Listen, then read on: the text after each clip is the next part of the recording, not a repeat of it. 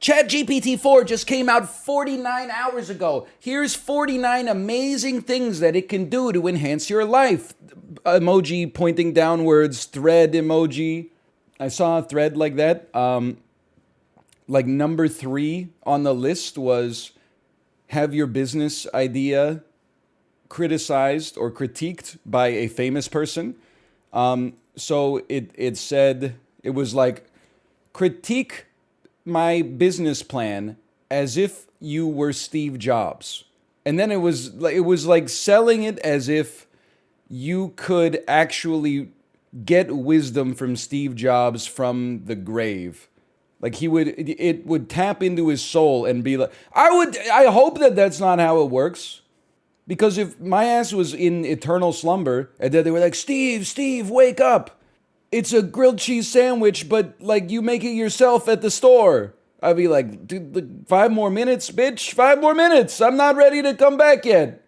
What was this? Hang on. San Francisco grilled cheese startup.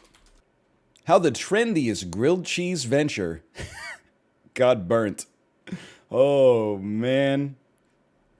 The Melt had cash technology in some of Silicon Valley's finest minds, yet it failed to disrupt the humble sandwich.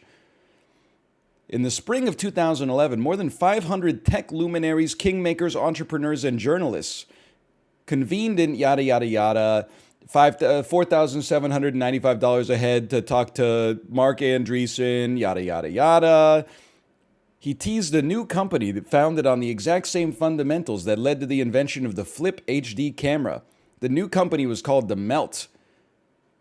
Its slogan was grilled cheese happiness. The sandwiches formed a minimalist menu accompanied by only soup. It turns out when you put soup and grilled cheese together, it's really wonderful, Kaplan informed his audience, as if divulging a trade secret.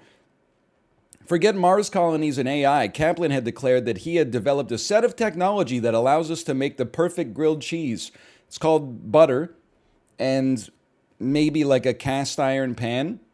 The Melt boasted an elite group of investors, including Sequoia Capital, better known for its bets on Instagram and YouTube, and enough cash to launch 20 restaurants at a cost of $500,000 to $1 million apiece.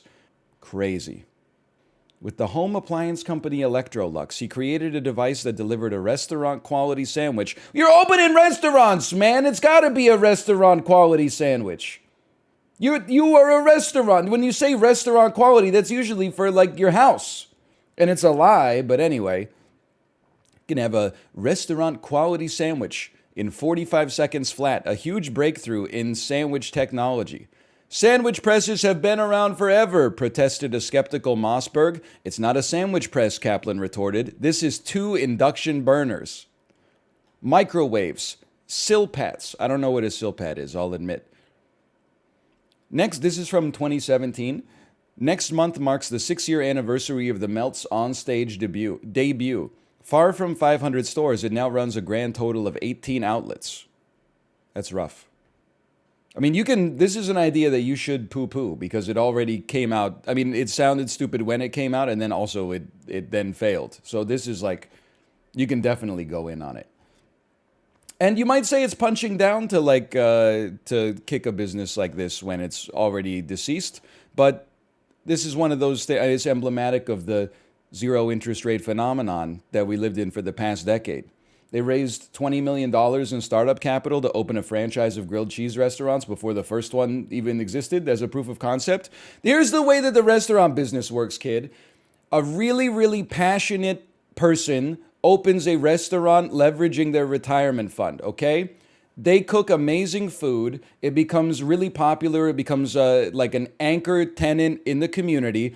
And then they get dollar signs in their eyes and they say, we got to expand and bring this to more people. All of a sudden, that local restaurant now has 4 restaurants within the same area code. And they're still keeping the quality like relatively consistent. And then somebody from Calgary goes to Vancouver and says, wow, this place is great. I'd love to franchise it. They say, why not? It's free money. All of a sudden, you got 100 of them are now open across the country. Every single one that opens somehow drains the quality of all the other ones that already exist. And then, 20 years after it was founded, it goes from being a place where you could go with your family, sit down, have a nice meal at a reasonable price, to Earl's, where a plate of nachos is $32.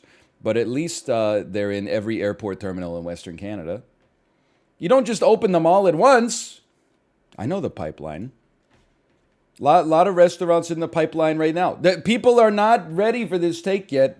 Some very good Vancouver restaurants are in that pipeline right now. A couple of good Vancouver restaurants. They've already opened their first YVR airport location. Maybe I'll be proven wrong, but to me that seems like the beginning of the end. Okay. I'm not going off about Sally Lemon. I'm just saying. I hope you enjoyed it while it lasted, okay? Because there's market forces at play, okay? There's such a gap in good Mexican food in Vancouver that like a restaurant that's merely good can fill that gap and take over. It's Grey Goo, not the food. The food was okay, but it's like the Grey Goo phenomenon. Yeah, there's complex macroeconomics. So I was trying to explain that everyone was just laughing in Justin's chat last night. Ha ha ha ha ha ha ha ha ha ha. Oh, it's so funny watching Justin watch a game show. All of a sudden, he's watching a Canadian game show. They won $6,000 over the course of a week in 1987. And, hang on, do I have this set up right? Yeah, more or less. Justin's friend Bloody says, let's look at how the Canadian dollars performed. Whoa, it was pretty strong in 1980, but whoa, it tanked in like 2012.